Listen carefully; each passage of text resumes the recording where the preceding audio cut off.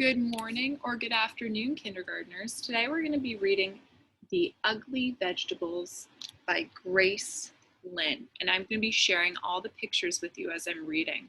I hope you enjoy this story.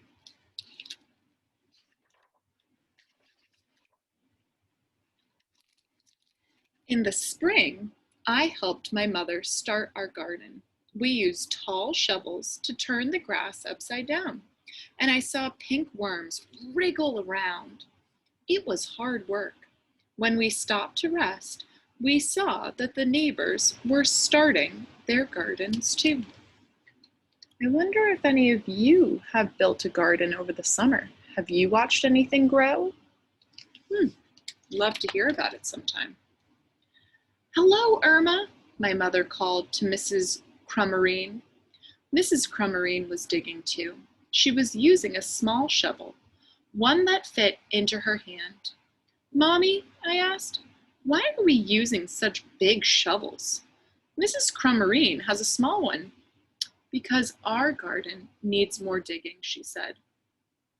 I helped my mother plant the seeds, and we dragged the hose to the garden. Hi, Linda. Hi, Mickey, I called to the Fitzgeralds. They were sprinkling water on their garden with green watering cans. Mommy, I asked, why are we using a hose?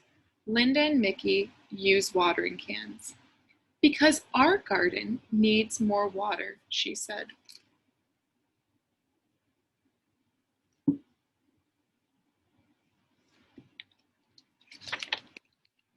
Then my mother drew funny pictures on pieces of paper, and I stuck them into the garden. Hello, Roseanne, my mom called across the street to Mrs. Angela. Mommy, I asked, why are we sticking these papers in the garden? Mrs. Angel Howe has seed packages in her garden. Because our garden is going to grow Chinese vegetables, she told me. These are the names of the vegetables in Chinese, so I can tell which plants are growing where. So we have sunflowers. It looks like these are poppies, peonies, ooh, one of my favorites, and last but not least, marigolds. And here's a picture of their plants written in Chinese. I wonder why they'd write them in Chinese. Do you think they speak Chinese at home? Do you think it helps them understand what's in their garden a little bit easier? Probably. One day, I saw our garden growing. Little green stems that looked like grass had popped out from the ground. Our garden's growing, I yelled. Does anyone else get excited when they notice something's growing in their garden? Our garden's growing. I rushed over to the neighbors' gardens to see if theirs had grown. Their plants looked like little leaves. Mommy, I asked, why do our plants look like grass? The neighbors' plants look different. Because they are growing flowers, she said. Well, why can't we grow flowers? I asked. These are better than flowers, she said. Why might theirs be better than flowers? I wonder. Soon all the neighbors' gardens were blooming. Up and down the street grew rainbows of flowers.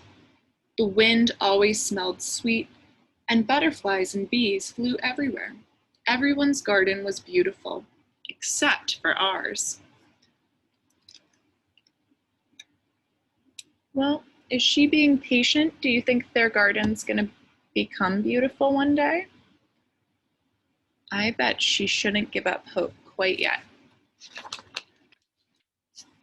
Ours was all dark green and ugly. Why didn't we grow flowers? I asked again. These are better than flowers, Mommy said again. I looked, but saw only black, purple, green vines, fuzzy, wrinkled leaves, prickly stems, and a few little yellow flowers. I don't think so, I said. You wait and see, Mommy said.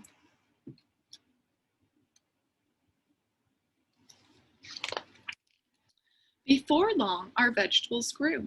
Some were big, some were lumpy, some were thin and green and covered with bumps. Some were just plain icky yellow. They were ugly vegetables. Sometimes I would go over to the neighbors and look at their pretty gardens. They would show the poppies and the peonies and the petunias to me, and I would feel sad that our garden wasn't as nice. Well, I wonder what they'll use from their garden. Do you think they could eat anything at their garden? This is pretty to look at, but I wonder if this might be something important to them and their family. I wonder if they'll be able to use what they grow to maybe eat or sell. Let's see. One day, my mother and I picked the vegetables from the garden. We filled a whole wheelbarrow full of them. We wheeled them to the kitchen. My mother washed them and took a big knife and started to chop them. "Ay-yow," she said when she cut them. She had to use all her muscles. The vegetables were hard and tough. "This is a xiao huang hua," Mama said, handing me a bumpy, curled vegetable. She pointed at the other vegetables. "This is xian sai. That's tong hao." And you know what? I might be pronouncing some of these wrong, but I'm doing the best I can. I wonder what they're going to do with all these vegetables. Let's make a prediction. Stop for a minute, and maybe if you're reading this book with someone else, why don't you whisper to that friend, what do you think they might make with all these vegetables? I wonder. What do you do with vegetables? Well, let's see. I went outside to play. While I was playing catch with Mickey, a magical aroma filled the air. I saw aromas like a smell. They were smelling something. Do you ever smell something when it's cooking in your kitchen? Something like you're baking cookies or a cake. It smells really good, right? I saw the neighbors standing on their porches with their eyes closed, smelling the sky. They took deep breaths of the air. Like they were trying to eat the smell. You can see in the picture, the smell looks pretty good. The wind carried it up and down the street. Even the bees and the butterflies seemed to smell the scent in the breeze. I smelled it too. It made me hungry, and it was coming from my house. She's starting to think her vegetable was a little better than she originally thought. Maybe it might have not been as pretty as the other gardens, but it seems like people are starting to get a little jealous of what they have in their garden now. When I followed it to my house, my mother was putting a big bowl of soup on the table. The soup was yellow and red and green and pink. I'm going to stop for a minute. Me too, if you were thinking they were going to make soup. Maybe you thought they were going to make a salad. But I kind of got a clue based on that it started to smell, because when you cook vegetables, they do start to have a smell. So I knew they were probably making a soup. This is a special soup. Ooh, I wonder why. Mommy said, and she smiled. She gave me a small bowl full of it, and I tasted it. It was so good. The flavors of the soup seemed to dance in my mouth and laugh all the way down to my stomach. I smiled. "Do you like it?" Mommy asked me. I nodded, and I held out my bowl for some more. "It's made from our vegetables," she told me. Then the doorbell rang, and we opened the door. Do you think it's some of those neighbors that were smelling those delicious smells outside? I wonder. All our neighbors were standing at the door holding flowers. "We noticed you were cooking." Mr. Fitzgerald laughed as he held out his flowers. And we thought maybe you might be interested in a treat. We laughed too, and my mother gave them each their own bowl of her special soup. My mother told them what each vegetable was and how she grew it. She gave them the soup recipe and put some soup into the jars for them to take home.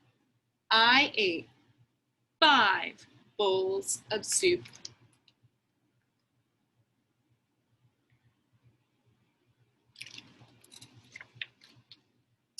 It was the best dinner ever.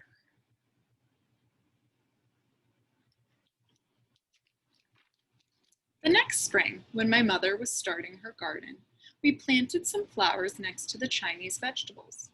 Mrs. Crumrin and the Fitzgeralds and the Angel House planted some Chinese vegetables next to their flowers. Soon, the whole neighborhood was growing Chinese vegetables in their gardens. Up and down the street, little green plants poked out of the ground. Some looked like leaves, and some looked like grass. And when the flowers started blooming, you could smell them in the air. You could smell the soup in the air. And that's the end of the story. But in the back of the story, it's really cool. They give you a list of all the vegetables that were grown in the garden. And then they give you the directions to make that ugly vegetable soup. Now, I really like this story because it's all about including. And in the beginning, the main character doubts her mother when she wants to plant that garden. But throughout the story, she realizes that it's important to trust her mom and her judgment to grow these vegetables because eventually they were useful to their family. They ended up making a soup that all the neighbors wanted to eat too, and they shared that soup with their friends. So, next time you make something or grow something at your house, I wonder who you'll share it with. All right, I hope you enjoyed this story, and we can't wait to see you in person the next week. Have a great day, kindergartners.